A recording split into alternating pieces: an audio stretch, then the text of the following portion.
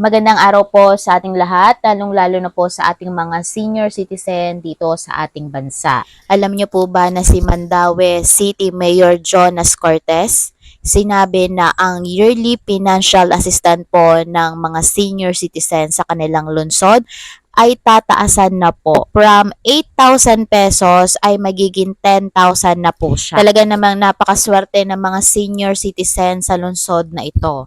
Hindi sila pinababayaan ng kanilang city mayor na Jonas Cortez. So napakaswerte at mapapasana all na lang talaga tayo. Sana lahat po ng lungsod dito sa Pilipinas ay katulad ni City Mayor Cortez na binibigay ang para sa mga senior citizen para hindi na po mapasana all ang mga senior citizen dito sa ating bansa na kung saan ay mas inuuna o mas tutok ang mga serbisyo ng Caravan na inaalok para sa mga senior citizen. According po sa ating mayor na si Mayor Jonas Cortez, ang increment or ang pagtataas po ng kanilang financial assistant ay may implement po ngayong December 2024.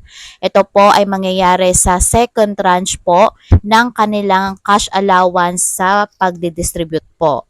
Ang currently or yung ngayon po na 8,000 taon-taon na assistant ay dinivide po ito sa dalawang tranches. Ang unang tranche po ay nangyari na po ngayong Abril at ang susunod po na second tranche ay sa December. Ating pong panoorin at pakinggan po ang anunsyo po ni City Mayor Jonas Cortez tungkol po dito sa financial assistant po ng senior citizen na nagtaas na po sa 10,000 peso. Ang kaning atong assistance nga gihatag kuwang yun ug atong subayon no sa maintenance sa atong mga lolog lola unya kani nakita man nato nga kani sad nga obligasyon sa ni sa syudad no ang pagtan-aw sa kahimtang sa atong mga katiwangan.